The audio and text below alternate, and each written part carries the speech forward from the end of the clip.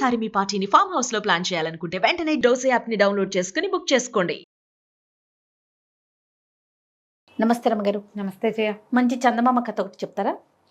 మామూలుగా ఎవరైనా ఒకళ్ళు వచ్చి దేవుడో దేవదూతో గంధర్వుడక్షుడు కిన్నరులు కింపురుషులు ఎవరైనా వచ్చి నీకేం కావాలి, బాగా డబ్బులు కావాలా, మనశ్శాంతి కావాలా అంటే ఏం కోరుకుంటాం?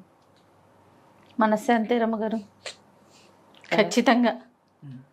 అంటే ఎప్పుడు మనశ్శాంతి కోరుకుంటాం జయ. మన దగ్గర సరిపడా డబ్బులుంటే మనశ్శాంతి కోరుకుంటాం. మనం డబ్బులు కటకట కటకట్లు ఆడిపోతాం. ఖచ్చితంగా డబ్బులేనండి, ఫస్ట్ ప్రయారిటీ దానికి కదా. మన దగ్గర డబ్బో దశకమో ఏదో మన లివింగ్ బాగున్నప్పుడు నెక్స్ట్ స్టెప్కి వెళ్తాం. మనశ్శాంతి కావాలనుకుంటాం. మనకు డబ్బులు లేకపోయినా పర్వాలేదు, మనశ్శాంతి కావాలని ఎప్పుడు అనిపిస్తుంది? డబ్బులు ఉన్నా కనిపించేది అదే అంటున్నా. నెక్స్ట్ స్టెప్ అయితే మనశ్శాంతి. దీని మీద ఒక కథ చెప్తాం. ఓకే, ఇంకా నన్ను అడుగుతున్నారు అనుకున్నాను రమ్మగారు. మీరేం కోరుకుంటారు చెప్పండి? నేనైనా మనశ్శాంతి కోరుకుంటాను ఇప్పుడు. అంతే, రైట్. పూర్వం అంట ఒక పల్లెటూరులో ఇద్దరు అన్నదమ్ములు ఉండేవాళ్ళు.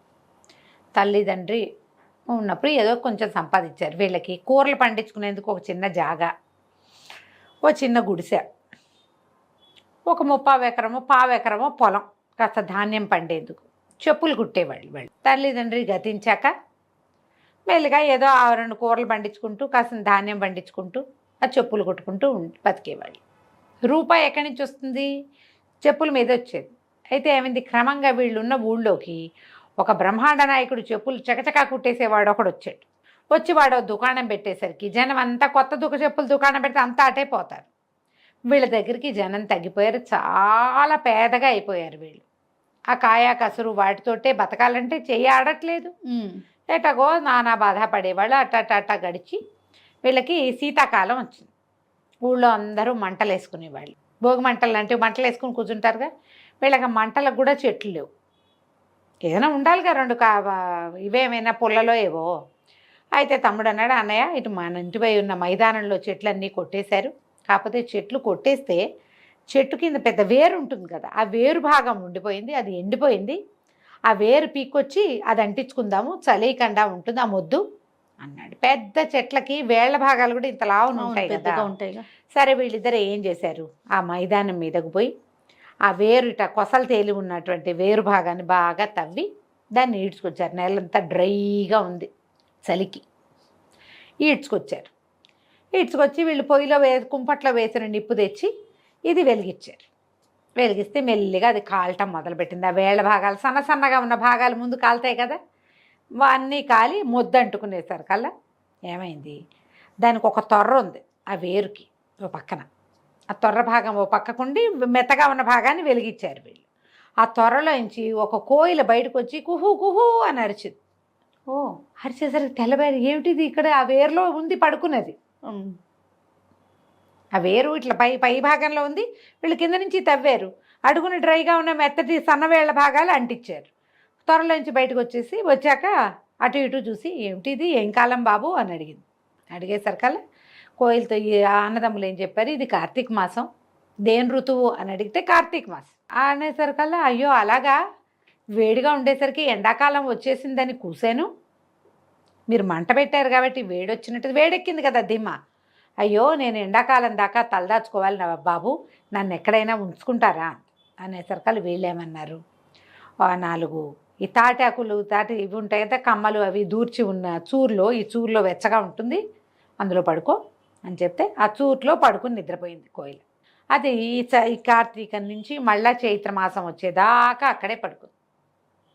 చైత్రమాసం వచ్చాక లేచి బాబు నేను దేశాటనకి వెళ్ళిపోతాను, మళ్ళీ కలుస్తాను, మీకు ఏమన్నా తెచ్చిపెట్టమన్నారా, ఏమన్నా సహాయం చేయనా, మీ వల్ల ఆ త్వరలోంచి బయటకు వచ్చి నేను ఇంట్లో దాక్కున్నాను అన్నది. అనేసరికల్లా వాళ్ళ అన్నయ్య అన్నాడు, అమ్మ ఏం తెస్తావు మాకు, నువ్వు దేశం అంతా తిరుగుతావు కదా ఈ కూసుకుంటూ, ఎక్కడైనా ముత్యాలు కానీ రత్నాలు కానీ వజ్రాలు కానీ కనపడితే చెరుకోటి తెచ్చిపెట్టు, వాటితో అయినా మా బతుకు బాగుపడుతుందేమో అన్నాడు. అనేసరికల్లా ఈ కోయిలంది, దాందే ఉంది, నేను దేశం అంతా తిరుగుతాను, కానీ ఈ వజ్రాలు ముత్యాలు ఎక్కడుంటాయి అక్కడికి వెళ్ళను, నేను చెట్ల మీదకే వెళ్తా.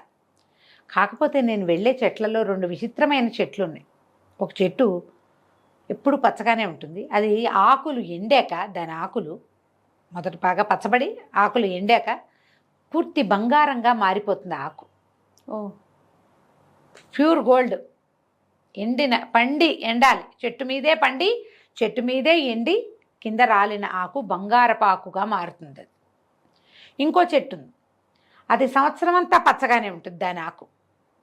ఆ చెట్టు ఎవరి దగ్గర ఉంటుందో ఆ ఆకు వాళ్ళకి చీకు చింత ఉండదు అనేసరికల్లా ఈ పెద్దన్న అయినాడు, ఆ ఎండిపోయి రాలిపోయిన బంగారపు ఆకు ఒకటి తెచ్చిపెట్టమ్మా కోయిలమ్మ, నా బతుకు బాగుపడుతుంది అంటే తమ్ముడు అన్నాడు, ఆ పచ్చగా ఉండే ఆకు ఒకటి తేవా, చీకు చింత ఉండనన్నావు కదా, ఆ ఆకు పట్టుకురా అన్నాడు. కోయిలు వెళ్ళిపోయింది. ఎండాకాలం అంతా తిరిగి వానకారు వచ్చేసరికల్లా కోయిల తిరిగి వచ్చేసి వీళ్ళ సూట్లో దూరుతూ 2 ఆకులు పట్టుకొచ్చింది. ఒకటి బంగారపు ఆకు, రెండోది ఆకుపచ్చటి ఆకు. అది ఎన్ని తేగలదు, కోయిల ఎంత ఉంటుంది, అదో ఆకు ఇదో ఆకు ముక్కును కరుచుకుని తెచ్చింది. ఆ బంగారపు ఆకు పెద్దవాడికి ఇచ్చి పచ్చటాకు తమ్ముడికి ఇచ్చింది. ఎంత సంతోషించారో ఇద్దరు. అన్నయ్య అనుకున్నాడు, ఆకును చూసుకుని, ఈ పిచ్చి వెధవా, ఇన్నాళ్ళు నాకు పట్టిన శని వదిలింది, అసలు నాకు పట్టిన శని వీడే. బంగారపు ఆకు వదిలిపెట్టి పిచ్చాకులు తెప్పించుకుంటాడా ఎవడైనా, ఇక వీడితో కలిసి ఉండకూడదు అనిపించేసింది. బంగారం చూసేసరికి, సంపద వచ్చేసరికి తన పక్కనున్న పేదవాడు దౌర్భాగ్యుడిగా కనపడతాడు మనుషులకి. వాడు సొంత తమ్ముడైనా సరే వాడితో ఉంటే మనకి దౌర్భాగ్యం అంటుతుంది, వాడిని వదిలించేసుకోవాలనిపిస్తుంది. లోకంలో అందరినీ ఇలాంటి వాళ్ళనే చూస్తున్నాం. తమ్ముడిని పైకి తీసుకొద్దాం, ఈ బంగారపాకు తమ్ముడికి ఇద్దాం అనిపిస్తుందా ఏ అన్నకైనా? అతను విడిగా వెళ్ళిపోయాడు. ఆ బంగారపాకు వచ్చిన వేళ విశేషం వీడి దగ్గర చేరిందని తెలియంగానే అతను ఎప్పటి నుంచో ఒక అవతల ఇంటి అమ్మాయిని ఇష్టపడుతున్నాడు. ఆ పిల్ల పెళ్లి ఒప్పుకోవాలి, వీళ్ళ దగ్గర లేవని. ఆ అమ్మాయి కాస్త నేను పెళ్లి చేసుకుంటానండి. చెప్పుల షాప్ ఒకటి పెట్టాడు చూడు, వాడు వీడికి పార్ట్నర్షిప్ ఇచ్చాడు, వీడి దగ్గర బంగారం చేరింది కాబట్టి. అన్నయ్య కూడా వెళ్ళిపోయేసరికల్లా ఈ తమ్ముడి పని ఇంకా అధ్వాన్నం అయిపోయింది. ఇంకా అధ్వాన్నం. వాడు మైదానం మీద దుంపలు తవ్వుకుంటూ పువ్వులు అవి కోసుకుని తింటూ అలాగే ఉండేవాడు. కానీ హాయిగా ఉండేవాడు, చీకు చింత లేదు. తనకేమీ లేవు, అన్నయ్య వెళ్ళిపోయాడన్న బెంగ కూడా లేదు వాడికి, ఏ బెంగ లేదు. ప్రాణం హాయిగా ఉండేది. ఆ మైదానంలో పడి తిరుగుతూ ఆకలేసినప్పుడు ఏ కాయో ఏ కసరో కోసుకుని తింటూ ఆ తిన్నదానికి సంతోషిస్తూ నదీ తీరంలో తిరుగుతూ ఉండేవాడు. అయితే ఏమైందట, ఆ కాలంలో అక్కడున్న ఒక జాగీర్దార్ గారు, ఆయనకి ఏదో సమస్య వచ్చింది. ఆ జాగీర్లో కొంతమంది తిరుగుబాటు చేశారు. వాళ్ళ తమ్ముడు ఆస్తి పంచుకుపోయాడు. ఆయన ఎప్పుడు దుమదుమలాడుతూ రొసరొసలాడుతూ చేతికంతిని విసిరి కొడుతూ ఎవరైనా ఏదైనా అడిగితే వాళ్ళ మొహం పగల కొడుతూ ఎంత దుమదుమలాడుతూ ఉండేవాడు. అయితే ఒకనాడు ఆయన ఈ మైదానం మీద వ్యాహ్యాలకి వెళ్ళి ఆ నదిగా ఒడ్డున కూర్చునున్న తమ్ముడితోటి కాసేపు మాట్లాడాడు. ఆ తమ్ముడు ఈయన కులాసగా కబుర్లు చెప్పుకున్నారు. ఇంటికి వచ్చిన జాగీర్దార్ గారు వస్తున్న దారిలో సైనికులందరినీ నవ్వుతూ మాట్లాడిచ్చాడు, అందరినీ పలకరించాడు, కడుపు నిండా అన్నం తిన్నాడు. ఒక్క మాట మాట్లాడలా, ఎవరిని ఏమనలా. ఇదేంటి ఈయన ఇలా దేవుళ్ళ అయిపోయాడు? ఆశ్చర్యపోయారు. ఏమిటి అని ప్రశ్నించారు. ఆ కష్టాలు అందరికీ ఉంటాయి, ఏం చేస్తాము, అవే పోతాయి, మన పని మనం చేసుకుంటే బాగుంటుంది, ఎందుకు వచ్చింది ఈ తగాదాలు ఇవన్నీను అనేసరికి ఆశ్చర్యపోయారు. ఎలా ఈయనలో ఈ మార్పు వచ్చింది? అప్పుడు వాళ్ళలో ఒకళ్ళిద్దరు ఏం చెప్పారంటే, ఏ రోజు సాయంత్రం ఇక్కడ అందరినీ అరిచి చేతిలో వస్తువులన్నీ విసిరుకొట్టి కత్తిపుచ్చుకుని గుర్రం ఎక్కి వెళ్ళిపోయిన జాగీర్దార్ గారు సాయంకాలం వచ్చేటప్పుడు ఈ అన్నదమ్ముల్లో చెప్పులు కుట్టే వాళ్ళల్లో ఉన్న రెండో వాడితోటి చాలాసేపు నది ఒడ్డున కూర్చొని మాట్లాడాడు. వాడి దగ్గర నుంచి తిరిగి వచ్చాక ఈయన ఇలా దేవుళ్ళ అయిపోయాడు. అందరూ ఆశ్చర్యపోయారు. ఇక అక్కడి నుంచి చూడు మొదలుపెట్టి అధికారులు వాళ్ళు వీళ్ళు అందరూ వచ్చి ఈ చిన్నవాడితో మాట్లాడేవారు. మాట్లాడంగానే వాళ్ళకు సంతోషం వచ్చేది, హాయిగా ఉండేది. ప్రతి వాళ్ళు వచ్చిన వాళ్ళు ఏదో ఒకటి పట్టుకొచ్చి ఇచ్చేవాళ్ళు. జాగీర్దార్ గారు ఎప్పటికప్పుడు వచ్చి కాసేపు కబుర్లు చెప్పేవాడు. ఓ ఉత్తరీయం తెచ్చేవాడు, ఓ చొక్కా తెచ్చేవాడు, ఓ ఏవి తెచ్చేవాడు, భోజనాలు తెప్పించేవాడు. మెల్లిగా చిన్నవాడి పని బాగుపడింది. అతనికి ఎవరో ఒకళ్ళది ఏదో ఒక రాజోద్యోగిలాగా ఉండేవాడు. అతను అన్నీ వచ్చేస్తాయి, ఏ అధికారం వస్తే ఆ అధికారానికి సంబంధించిన వస్తువులన్నీ ఇతని దగ్గరకు వచ్చేసాయి. హాయిగా కులాసాగా జామని ఉండేవాడు. మామూలుగా లేదు వాడి పని. అతను వేసుకునే బట్టలు వేసుకునే చెప్పులు ఏ ఏ డిపార్ట్మెంట్ వాళ్ళు వస్తే ఆ వస్తువులు ఇచ్చేసి, అతను కూడా ఒక రాజోద్యోగులాగా కనపడేవాళ్ళు. వీళ్ళంతా చాలా స్థిమితంగా హాయిగా ఉన్నారు. క్రమంగా ఈ జాగీర్దార్ గారి బావమరిది రాజుగారి దగ్గర వజీర్గా ఉన్నాడు. ఆయనకి తెలిసింది ఓ వజీర్ రాజుగారికి సుల్తాన్ గారు చాలా పెద్ద సమస్యలో ఉన్నాడు. పెద్ద రాజుగారు అసలు మామూలుగా లేదు, తిరుగుబాటు జరుగుతోంది వాళ్ళ దగ్గర. ఎప్పుడు కొట్టుకు చచ్చిపోతున్నారు, నిరంతరము కొట్లాటలే.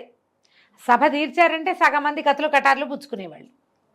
ఏం చేయాలో తెలియదు. సరే ఆయన ఏమనుకున్నాడు, ఈ చెప్పులు కుట్టే అతన్ని పిలవాలనుకున్నాడు. కబురు చేశాడు, ఈ అబ్బాయి ఇచ్చాడు. ఈ లోపల 4 సంవత్సరాలు గడిచింది. కోయిల 4 సార్లు ఆకులు తెచ్చిపెట్టింది ఇతనికి. బంగారపాకులు అన్నయ్యకి వెళ్తున్నాయి, అన్నయ్య సంపద పెరిగింది. ఈ చీకు చింత లేని వాడికి పచ్చటాకులు చేరుతున్నాయి. ఇతను ఏం చేశాడు, ఈ తమ్ముడు తన దగ్గర ఉన్న పాత కంబళిలో ఈ ఆకుల్ని 4 ఆకుల్ని పచ్చటాకుల్ని పెట్టి అటు ఇటు కుట్టేసి దాన్ని భుజాన వేసుకుని తిరిగేవాడు. అతను ఎక్కడికి వెళ్తే అక్కడ హాయిగా ఉండేది. ఎవరికి కొట్లాట్లు ఉండేవి కాదు, ఎవరు తిరగబడేవాళ్ళు కాదు. మంచి మాట చెప్తే వినేవాళ్ళు, కలిసి భోజనం చేసేవాళ్ళు, సాయిదా ఫాయిదాగా పోయేవాళ్ళు అందరూ. అక్కడి నుంచి ఈ రాజోద్యోగి ఇతను రాజుగారి దగ్గరికి చేరాడు. ఇతను ఆస్థానంలోకి వెళ్ళంగానే అంతా గొడవ సద్దుమణిపోయేది. ఒక్కొక్కళ్ళు అడిగేవాడు, ఇంత మంచి బట్టలు వేసుకున్నారు, చక్కటి చెప్పులు, మంచి నగలు, ఆ కంబళి ఏమిటండి అంటే, ఉన్నియండి, ఈ కంబళి నా పాత జీవితాన్ని నాకు గుర్తు చేస్తుంది, నేను ఎక్కడి నుంచి వచ్చానో నాకు జ్ఞాపకం చేస్తుంది, ఈ కంబళి నా భుజం మీద ఉండటమే మంచిది అలాగని చెప్పేవాడు. రాజుగారి దగ్గర బ్రహ్మాండమైన ఇల్లు ఇచ్చారు ఇతనికి. పూర్తిగా చిన్న రాజుగారిలాగా నడుస్తోంది తమ్ముడి కథ. ఒకనాడు ఏమైందట, ఈ తమ్ముడికి ఇంత ప్రభ వచ్చేసిందని అన్నయ్యకి తెలిసింది. బంగారం చేరిన ఎవరి దగ్గర ఆస్తులు చేరతాయో వాడికి గ్రీడ్ పెరుగుతుంది. ఈర్ష్య, అసూయ. మనకే ఉండాలి, వాడికి ఉండకూడదు, మనమే ఇంకా గ్రాండ్గా ఉండాలి అలా అనిపిస్తుంది. భార్యతోటి ఏం చెప్పాడంటే, మా ఏదో 4 పిచ్చాకులు సంపాదించిన వాడికే ఇంత పేరు వస్తే నాకెంత రావాలి, బంగారాకులు సంపాదించిన వాడికి. నేను రాజుగారి దగ్గరికి వెళ్ళి ఇంకా గొప్ప పేరు సంపాదించుకుంటా, పద వెళ్దాం మనం అని భార్యను పుచ్చుకుని బయలుదేరాడు. వీళ్ళు బోల్డని సామాన్లు గీమాన్లు అన్నీ తెచ్చుకున్నారు. ఒక దారి వెంబడికి వెళ్తున్నారు. వాళ్ళు ఎక్కడికో మాయం వెళ్ళిపోయారు కదా. తమ్ముడికేమో రాజుగారి ఆస్థానం నుంచి గుర్రాలు అవి వచ్చినాయి. అన్నయ్యకి ఏం రాలే, తనే సొంత కత్తు మీద, సొంత పూచి కత్తు మీద బయలుదేరాడు. ముందుకెళ్ళే కొంతకి తీసుకెళ్ళిన ఆహారం అయిపోయింది. కటకట్లాడుతున్నారు తిండికి. ఏ పూట కాపూట వెతుకులాటగా ఉంది, డబ్బులున్నాయి. అయితే ఏమైంది, ఒక అడవిలో ఒక చోట విశ్రమించారు వీళ్ళు. విశ్రమిస్తే వీళ్ళకి ఒక ఆవిడ, ఒక చక్కటి ఆవిడ బుట్టతోటి ఆహారం తెస్తూ కనపడింది. ఎవరు ఏమిటి అని పలకరించారు. నేను రాజుగారి దగ్గరికి వెళ్తున్నాను బాబు, ఏవో కొన్ని ఆహార పదార్థాలు తీసుకెళ్తున్నాను, మీరు కూడా ఏమన్నా రుచి చూస్తారేమిటి అని పెట్టి తిన్నారు. అక్కడి నుంచి వేడి వేడి పాయసం ఉంది, ఈ పాయసం పుచ్చుకోండి, ఆహారం పూర్తవుతుందని ఈ రొట్టెలు కూర అన్నము కాకుండా చెరుకో కప్పు పాయసం పోసిచ్చింది. పాయసం తాగి ఇద్దరు ఒళ్ళు తెలియకుండా పడుకునేశారు భార్యాభర్త. అందులో మొత్తం మందు కలిపింది. ఈవిడేం చేసింది, ఫుల్గా లూటీ చేసేసింది వీళ్ళని. వీళ్ళ దగ్గర వస్తువులు ఉన్నాయి ఈవిడ, ఎందుకంటే డబ్బు కలిగి ఉన్నాడు అతను. చెప్పులతో సహా లాగేసింది, అన్నీ బుట్టలో సర్దేసింది. ఏ బుట్టలో ఆహారం తెచ్చిందో అందులో వీళ్ళ వస్తువులన్నీ సర్దేసింది. ఇంతలో ఏమైంది, ఆవిడ కొడుకు వచ్చాడు, ఒక 10-12 ఏళ్ల వాడు. వాడిని అడిగింది, ఏరా ఊళ్ళో ఏం దొరికిందిరా అబ్బాయి నీకు, ఇక్కడ వీళ్ళు దొరికారు, వీళ్ళని లూటీ చేసేసాను, ఏం దొరికిందంటే, అమ్మాయి ఏం దొరకలేదే, ఈ రాజుగారి భవనం పక్క నుంచి వెళ్తుంటే ఎవరో కిటికీలోంచి ఒక కంబళి బారేశారు, సరే కంబళి వెచ్చగా ఉంటుంది కదా అని అది పుచ్చుకొచ్చానే అన్నాడు. ఈవిడేం చేసిన, పాత కంబళి మనకెందుకురా, వీళ్ళ దగ్గర నుంచి అన్నీ లాగేసాం, వీళ్ళ మొహాన్ని బారేద్దాం దీన్నని ఆ కంబళి ఎత్తి ఈ అన్నయ్య మీద విసిరేసి బుట్ట ఎత్తిపుచ్చుకొని కొడుకు ఆవిడ వెళ్ళిపోయారు. అన్నయ్య నిద్రలేచి చూసుకున్నాడు, చెప్పుల దగ్గర నుంచి ఏమీ లేవు. భార్య నిద్రలేచింది, ఏమిటండి అన్నీ పోయినట్టున్నాయి అంది. ఆ పోతే పోయినాయి లేవే, పోతే పోయినాయి, అసలు ఇంత దూరం ఎందుకు వచ్చాం మనం, పెద్ద డబ్బు కోసమా, పేరు కోసమా, లేకపోతే ఏమైంది, చూడు అడవి ఎంత బాగుందో, పచ్చగా చక్కగా చిన్న కుటీరం వేసుకుని హాయిగా ఉందాం ఇక్కడే, మన ఊరు వెళ్ళొద్దు, రాజుగారి ఊరు వెళ్ళదు, మనకెందుకు అవన్నీ, మన ఊరిలో కూడా ఏముంది సుఖం, ఎప్పుడు పని, ఇక్కడైతే హాయిగా ఉండొచ్చు, కట్టెలు కొట్టి తెస్తా, చక్కగా వంట ఉండదు కానీ, ఎగో పళ్ళున్నాయి, కాయలున్నాయి, ఒక గుప్పెడు ఒక చారెడు నేల దున్ని ధాన్యం పడేసుకున్నామంటే బోళ్ళంత పంట, హాయిగా ఉందామన్నారు. ఎక్కడి నుంచి వచ్చింది ఈ కంబళి, అక్కడి నుంచి తమ్ముడు. అయితే ఏమైంది, తమ్ముడి దగ్గర రాజుగారు పొద్దున్నే ఆయన నిద్రలేచి ఈయన్ని పిలుచుకురమ్మన్నారు. పిలుచుకురమ్మనేసరికల్లా తమ్ముడు అప్పుడే నిద్ర లేచాడు. చూసుకుంటే నా కంబళి ఏదంటే లేదు, కంబళి పోయింది అని తెలియగానే ఈయనకి భయం వేయటం మొదలుపెట్టింది. ఏం జరుగుతుంది తమ్ముడికి ఎందుకు పిలిచారు నన్ను ఏం చేయబోతారో అని భయం. అప్పటిదాకా ఏ భయమూ తెలియకుండా ఉన్నాడు. వెతుక్కుంటున్నాడు కంబళి కోసం, ఎంత వెతికినా దొరకల. ఒక కుర్రాడిని పనిలో పెట్టుకున్నాడు. వాడు ఈ పాత కంబళి ఎందుకని కిటికీల నుంచి కిందకి విసిరేశాడు. ఓహో, ఆ కంబళి ఆ కుర్రాడి దొరికింది, అది వెళ్ళిపోయింది అవతలకి. భయపడుతూ రాజుగారి దగ్గరికి వెళ్ళాడు. ఎప్పుడైతే ఇతను మీద కంబళి లేకుండా ఎదురుపడ్డాడో రాజుకు చిరకు, ఏమిటి వీడి మొహం, చెప్పులు కుట్టేవాడు వీడిని నేనెందుకు పిలిచాను, వీడిని ఇక్కడెందుకు పెట్టుకున్నాం మనం, సభలో వాళ్ళందరిని అడిగాడు. మనం ఈ చెప్పులు కుట్టేవాడిని ఎందుకు పిలిచాం అంటే, ఏమోనండి మీరు ఎందుకు పిలిచారో మాకు తెలీదు అని వాళ్ళలో వాళ్ళు కొట్టుకోవడం మొదలుపెట్టారు. వాదించుకుంటున్నారు. సభ అంతా రణరంగం అయిపోయింది. ఆ చెప్పులు కుట్టేవాడిని బయటికి తోసేయండి అన్నాడు రాజు. బయటికి తోసేశారు. బయటకు వచ్చేసాడు. వచ్చాక అనిపించింది, ఎందుకు నేను ఇక్కడికి వచ్చాను, పాత గుడిసెకి వెళ్ళిపోతే స్థిమితంగా ఉంటుంది. అదే మన ఆస్తి ఏది, మనం ఓన్ ప్లేస్కి వెళ్ళిపోతాం. సమస్యల్లో ఉన్నప్పుడు ఏం చేస్తారు, ప్రతి వాళ్ళు సొంత ప్రాంతానికి వెళ్ళిపోతారు, అంతేగా. సరే తన వైపుగా నడవటం మొదలుపెట్టాడు. అడవి దాటి ముందుకెళ్ళాడు. అడవి లోపలికి వెళ్ళేసరికల్లా ఓ చిన్న గుడిసె కనపడింది. అన్నయ్య అందులో నిద్రపోతున్నాడు. వదిన వంటకేస్తుంది. గుడిసె లోపలికి వెళ్ళాడు. ఆవిడ రావయ్య మరిది భోజనం చేస్తావా అంది. అంతకుముందు ఎప్పుడూ లేదు. అదే కదా. ఆ కంబళి చూసేసరికల్లా వీడికి స్థిమిత వచ్చేసింది. కూర్చున్నాడు. అన్నయ్య నిద్ర లేచాడు. ఏరా తమ్ముడు, రాజుగారి దగ్గర నుంచి వచ్చావా, నువ్వు కూడా ఇక్కడే ఉంది కానీ మనం కలిసి ఇక్కడే ఉందాం అన్నాడు. అనగానే వీడికి నవ్వొచ్చింది.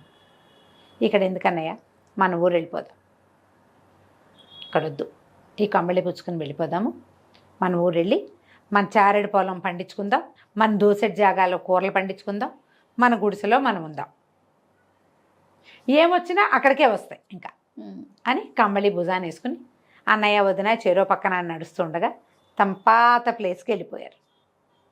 వాళ్ళు హాయిగా ఉన్నారు ఎప్పటికీ. వాళ్ళకి ఇంకెప్పుడు కోయిలు వచ్చి వాళ్ళకి ఏమి ఇవ్వలే. కానీ ఆ పాత 4 ఆకులు ఆ కంబళిలో దాక్కుని వాళ్ళ ఇంట్లోనే ఉన్నాయి. అలానే ఉన్నాయి. వాళ్ళు ఎప్పుడూ చీకు చింత లేకనే ఉన్నారు. మళ్ళీ బంగారం చేరింది అనుకో, మళ్ళీ గ్రీడ్ వస్తుంది, అంతే, మళ్ళీ ఓర్వలేనితనం వస్తుంది. బంగారం లేదు, ఎప్పటికీ వాడని పచ్చాకులు వీళ్ళ దగ్గరే ఉన్నాయి. వాళ్ళు స్థిమితంగానే ఉన్నారు. రాజుగారు ఎప్పట్లాగానే కొట్టుకుంటూ ఉన్నారు. జాగీర్దార్ గారు ఎప్పట్లాగానే ఉన్నాడు. ఆ ఊరు వాళ్ళే వచ్చి వీళ్ళని చూసి వెళ్తూ ఉండేవాళ్ళు, అంతే. కథ కంచికి మనం ఇంటికి. చాలా బాగుంది రమ్మగారు. చీకు చింత లేకుండా ఉండటమే నిజమైన వరం. అంతే. డబ్బులు లేవు, డబ్బో బంగారం వస్తే చీకు చింత ఆటోమేటిక్గా వస్తుంది. అవి ఉన్నా వాటిని ఊరికే ఉపయోగపడే వస్తువులుగానే ఉంచుకోవాలి తప్ప మనం పెరిగిపోకూడదు. ఆలోచనలో ఉండాలి. అది సరిగ్గా. ఎంత బాగుంది చుట్టూ కథ. చాలా బాగుందండి. నమస్తే రమ్మగారు. నమస్తే.